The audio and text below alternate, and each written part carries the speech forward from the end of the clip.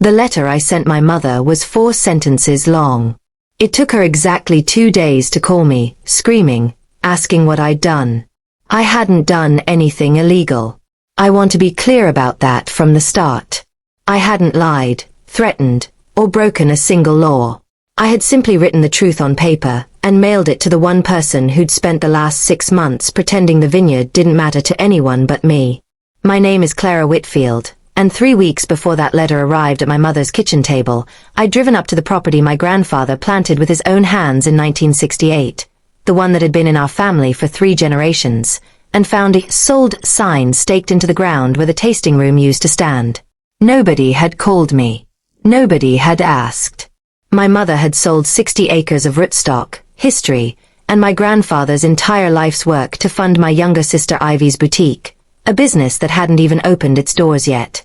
I stood in that gravel driveway for a long time, staring at a sign with a stranger's phone number on it, understanding that my family had made a decision that erased 3 generations of work without so much as a phone call to the granddaughter who'd spent every summer of her childhood in those rows of vines.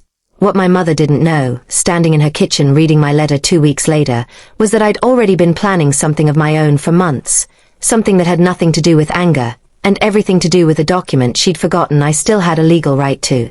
My grandfather, Henry Whitfield, planted that vineyard the same year he married my grandmother, on 11 acres he'd bought with money saved from 3 years of construction work. By the time I was born, Whitfield Vineyards had grown to 60 acres, a modest but respected name among regional wineries, known less for scale and more for the kind of quiet consistency that earns loyal customers over decades rather than headlines. I grew up in those rows. My earliest memories are of my grandfather's rough hands guiding mine along a pruning shear, teaching me which canes to cut and which to save, long before I understood the difference between a hobby and an inheritance. My mother, Diane, never shared that connection to the land the way I did. She'd grown up resenting the long hours the vineyard demanded of her own parents, and she left for the city the moment she turned 18, only returning for holidays and the occasional harvest she'd help with reluctantly. Ivy, my younger sister by 6 years, grew up mostly in the city with my mother, visiting the vineyard only a handful of times as a child. She never developed the same attachment I had, though she never seemed to resent it either. Ivy had her own dreams early on, drawing sketches of dresses in notebooks throughout her teenage years, dreaming of opening her own boutique someday. When my grandfather passed 4 years ago, he left the vineyard jointly to my mother and me, with a stipulation that any major decision regarding the property required both our signatures. I'd always assumed that clause existed simply as a formality, a lawyer's standard caution. I never imagined it would become the single most important detail of my entire adult life. My mother had been managing the business side since his death, with me handling the agricultural operations, splitting responsibilities that had worked reasonably well for 4 years. Until 6 months ago, when Ivy came home from a business trip, eyes bright with excitement, describing a boutique storefront she'd found downtown, one that required more capital than she could raise on her own. I didn't think much of it at the time. I had no idea my mother was already looking for a way to fund it. My mother's phone call, when it finally happened, hadn't started with the sale. It started 3 weeks before that, with a conversation over dinner that I'd almost forgotten until everything else made sense in hindsight. Ivy found the perfect location for her boutique, my mother had said, practically glowing. Right on Elm Street, near the coffee shop everyone loves. It's just a matter of the deposit and build-out costs. That's great, I'd said, genuinely happy for my sister. How much does she need? More than she has, my mother said, a little too casually.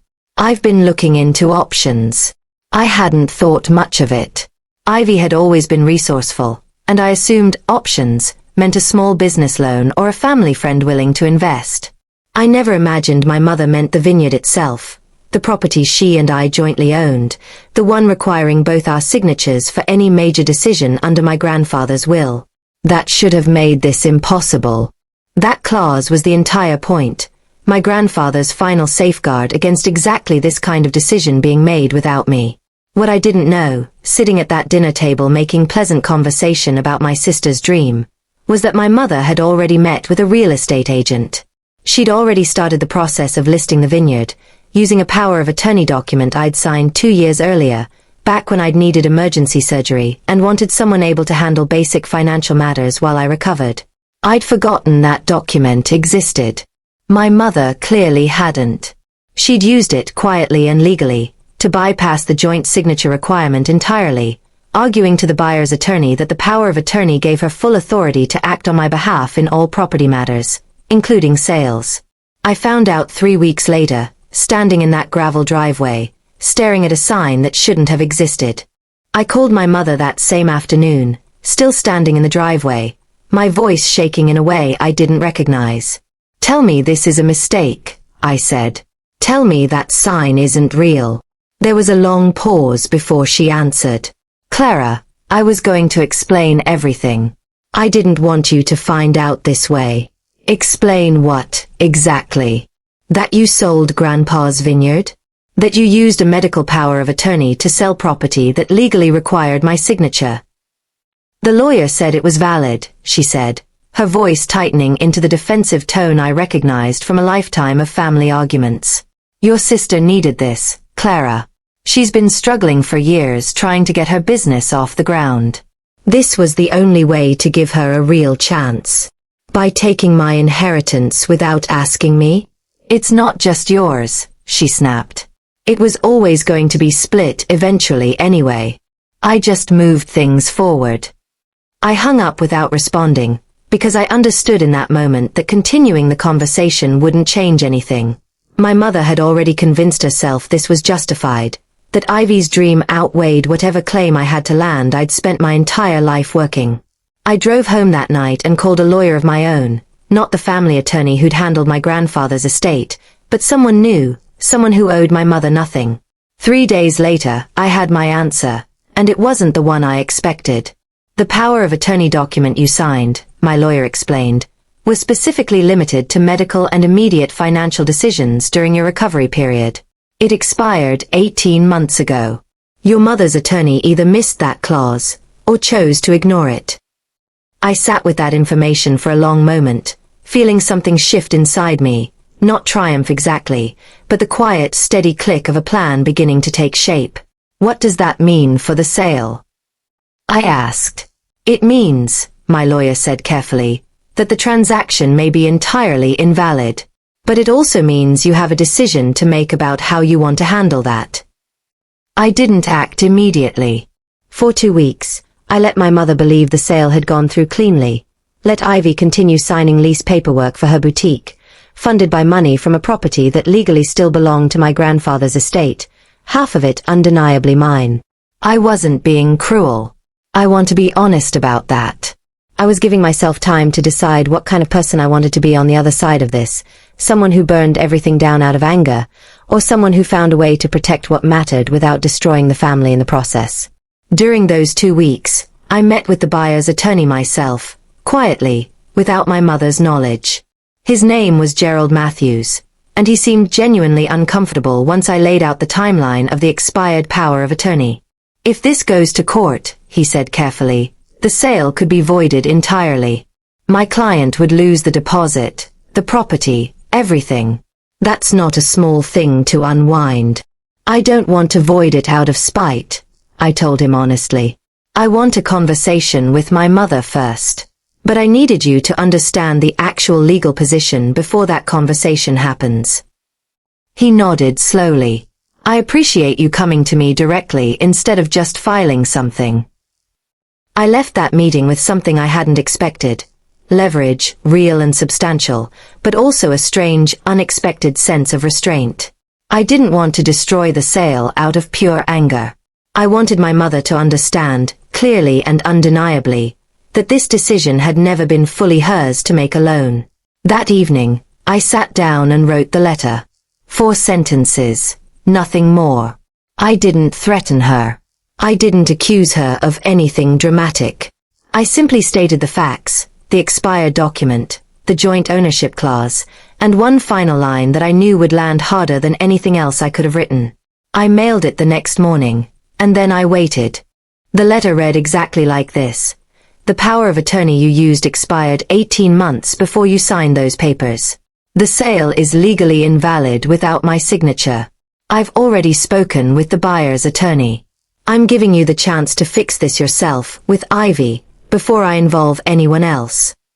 My mother called 2 days later, exactly as I'd expected, her voice sharp with panic rather than the earlier defensiveness. You can't be serious, she said. You'd really do this? Take this away from your sister after everything. I'm not taking anything, I said calmly. I'm telling you what's legally true. What happens next is entirely your choice. What do you want, Clara? An apology. Money. Tell me what would make this go away. I want you to sit down with Ivy, I said, and tell her the truth. That the money for her boutique came from a sale that was never actually valid. Let her decide, with full information, whether she still wants to move forward knowing what it actually cost. There was a long silence on the line. She'll be devastated. She should have been told from the beginning, I said. That's not something I did to her. That's something you did, by keeping her in the dark about where her dream was really coming from. My mother didn't respond to that. I could hear her breathing, unsteady, the sound of someone finally understanding the actual weight of what she'd set in motion. I'll talk to her, she said finally, quietly. Give me a few days. Those few days felt longer than they should have, filled with silence from a family that usually never stopped talking, texting, calling about small, meaningless things. I understood that silence for what it was. A family finally sitting with a truth none of them had wanted to face. Ivy came to see me alone, 5 days after that phone call, sitting across from me at the same kitchen table where I'd grown up doing homework while my grandfather cleaned pruning shears at the sink. Mom told me everything, she said, her voice quieter than I'd ever heard it. About the power of attorney. About the sale not being legal. I didn't know, Clara. I swear I didn't know. I believe you, I said, and I meant it. Ivy had never been part of the deception. She'd simply been handed a dream funded by something she hadn't been told to question. I feel sick about it, she continued. I've already signed the lease. I've already told people the boutique is opening next month. I know, I said. That's why I didn't just void the sale outright. I wanted to give us a chance to figure this out together, instead of me just tearing it apart. We spent the next 2 hours talking, really talking, in a way we hadn't in years. I explained what the Vineyard meant to me, not as an asset, but as the last physical connection I had to a grandfather who'd shaped who I was. Ivy explained what the boutique meant to her, a decade of quiet dreaming finally within reach. By the end of that conversation, we'd found something neither of us expected, a compromise. I agreed to sign off on selling a smaller, less significant 5-acre parcel at the edge of the property, land that had never been planted with vines, enough to cover a meaningful portion of Ivy's startup costs without touching the working vineyard itself. Ivy, in turn, agreed to take out a modest loan for the remainder, something she'd have to work for and repay herself. My mother apologized, eventually, though it took weeks longer than I expected, and it came without excuses this time. I should have called you, she said simply. I told myself I was helping your sister. I never let myself think about what it would cost you. The vineyard stayed in the family, 65 acres reduced to a still respectable 60. The tasting room rebuilt exactly where my grandfather always wanted a small addition anyway. Ivy's boutique opened 3 months later, smaller than she'd originally planned, but entirely, honestly hers.